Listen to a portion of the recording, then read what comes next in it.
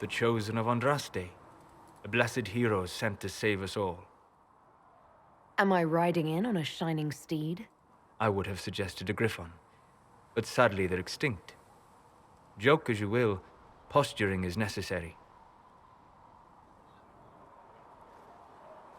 I've journeyed deep into the Fade in ancient ruins and battlefields to see the dreams of lost civilizations.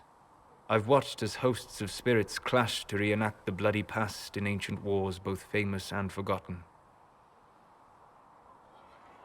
Every great war has its heroes. I'm just curious what kind you'll be. What do you mean, ruins and battlefields? Any building strong enough to withstand the rigors of time has a history. Every battlefield is steeped in death. Both attract spirits. They press against the veil, weakening the barrier between our worlds. When I dream in such places, I go deep into the Fade. I can find memories no other living being has ever seen. You fall asleep in the middle of ancient ruins. Isn't that dangerous? I do set wards. And if you leave food out for the giant spiders, they are usually content to live and let live. I've never heard of anyone going so far into the Fade. That's extraordinary. Thank you. It's not a common field of study for obvious reasons. Not so flashy as throwing fire or lightning. The thrill of finding remnants of a 1,000-year-old dream? I would not trade it for anything. I will stay then. At least until the breach has been closed. Was that in doubt? I am an apostate mage surrounded by chantry forces, and unlike you, I do not have a divine mark protecting me. Cassandra has been accommodating, but you understand my caution. You came here to help, Solas. I won't let them use that against you.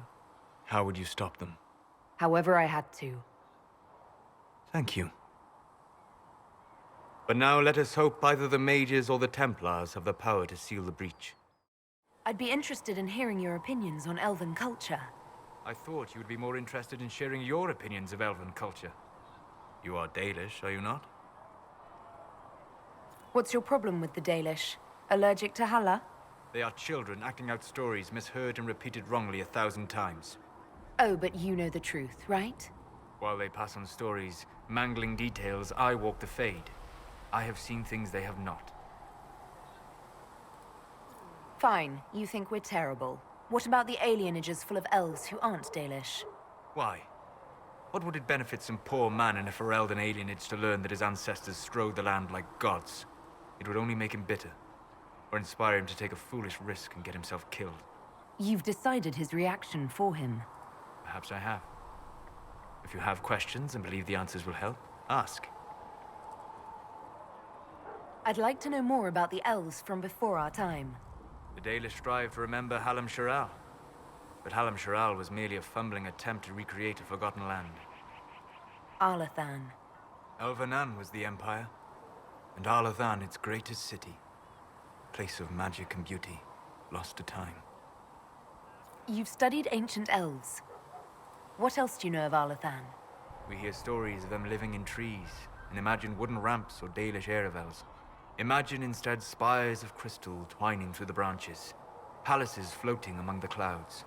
Imagine beings who lived forever, for whom magic was as natural as breathing. That is what was lost. Are all Dalish elves like my clan? No. Your clan was unique in having enough interest in human affairs to send you to spy upon the Divine's meeting. As your clans have been separate for so long, they have all changed, adapting to the lands in which they live. Some are no more than bandits, others trade freely with humans, and some have disappeared entirely into the forests.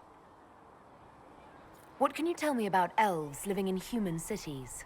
The culture in alienages or among the slaves of Tevinter is like any of the impoverished and powerless. They cling to memories of a better past, and practice a few rituals to distinguish themselves from humans. Is the magic they teach in the Circle different from the magic I learned with my people? No and yes.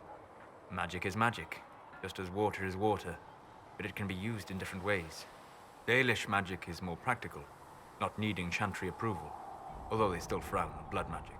Superstition. Much of it is more subtle. A legacy from when elves were immortal. The legends of elven immortality.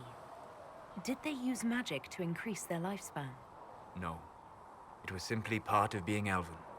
The subtle beauty of their magic was the effect, not the cause of their nature. Some spells took years to cast. Echoes would linger for centuries, harmonizing with new magic in an unending symphony. It must have been beautiful. You said that the censure against blood magic was a superstition. I did. It's fortunate Cassandra is not within earshot. Most modern cultures forbid blood magic. Publicly, even Tevinter disapproves of it. But as I said, magic is magic. It matters only in how it is used. Every time I've seen blood magic used, it's been for some evil purpose. I once saw a woman stabbed in the stomach with a dagger. She died slowly, in agony. It was repulsive. If the Chantry outlawed daggers, would that stop people from using them? Of course not. Some would use daggers in secret, ashamed, and some would find rebellion titillating, a step down the path of depravity. So we should allow blood magic to be used freely. It works so well for the Imperium. Tevinter's foundation stones are the bones of ancient elves with slave blood for the mortar. It is an example of nothing more than gilded savagery. Pitiable in a way. They always succeed through power, so they have never had the chance to learn another way. I'd like to know more about you, Solas. Why? You're an apostate, yet you risked your freedom to help the Inquisition. Not the wisest course of action when framed that way. I appreciate the work you're doing, Solas. I just wanted to know more about you. I am sorry. With so much fear in the air. What would you know of me? What made you start studying the Fade? I grew up in a village to the north. There was little to interest a young man, especially one gifted with magic.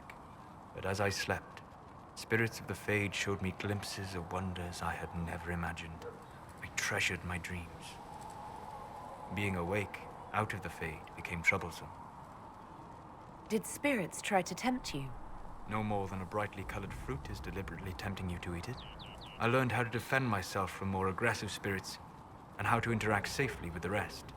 I learned how to control my dreams with full consciousness. There was so much I wanted to explore. I gather you didn't spend your entire life dreaming. No. Eventually, I was unable to find new areas in the Fade. Why? 2 reasons. First, the Fade reflects the world around it. Unless I traveled, I would never find anything new. Second, the Fade reflects and is limited by our imaginations. To find interesting areas, one must be interested. Is this why you joined the Inquisition? I joined the Inquisition because we were all in terrible danger. If our enemies destroyed the world, I would have nowhere to lay my head while dreaming of the Fade. I wish you luck. Thank you. In truth, I've enjoyed experiencing more of life to find more of the Fade. How so? You train your will to control magic and withstand possession. Your indomitable focus is an enjoyable side benefit. You have chosen a path whose steps you do not dislike because it leads to a destination you enjoy. As have I. Indomitable focus? Presumably. I have yet to see it dominated. I imagine that the sight would be fascinating. You said you'd traveled to many different places. This world, or its memory, is reflected in the Fade. Dream in ancient ruins, and you may see a city lost to history. Some of my fondest memories were found in crumbling cities, long picked dry by treasure seekers, the best of the battlefields. Spirits press so tightly on the veil that you can slip across with but a thought. Any place in particular? I dreamt at Ostagar. I witnessed the brutality of the Darkspawn and the valor of the Ferelden warriors. I saw Alistair and the hero Ferelden light the signaled fire, and Logain's infamous betrayal of Kaelin's forces. I've heard the stories. It would be interesting to hear what it was really like. That's just it. In the Fade, I see reflections created by spirits who react to the emotions of the warriors. One moment, I see heroic wardens lighting the fire, and a power-mad villain sneering as he lets King Kaelin fall. The next, I see an army overwhelmed and a veteran commander refusing to let more soldiers die in a lost cause. And you can't tell which is real? It is the Fade. They are all real. Have you always traveled and studied alone? Not at all. I have built many lasting friendships. Spirits of wisdom, possessed of ancient knowledge, happy to share what they had seen. Spirits of purpose helped me search. Even wisps, curious and playful, would point out treasures I might have missed. I don't know of any spirits by those names. They rarely seek this world. When they do, their natures do not often survive exposure to the people they encounter. Wisdom and purpose are too easily twisted to pride and desire. You're saying that you became friends with Pride and Desire demons? They were not demons for me. Meaning? The Fade reflects the minds of the living. If you expect a spirit of wisdom to be a pride demon, it will adapt. And if your mind is free of corrupting influences, if you understand the nature of the spirit, they can be fast friends. You trust these spirits not to possess you the first time you accidentally make a wish? Do you trust your friends not to turn on you? Well, yes, but they're people. Ah, of course. You know what I mean. Are people only people because they are flesh and blood? Is Cassandra defined by her cheekbones and not her faith? Varric by his chest hair and not his wit? You have an interesting way of looking at the world, Solas. I try. And that isn't quite an answer. I look forward to helping you make new friends. That should be... well... That isn't quite an answer either.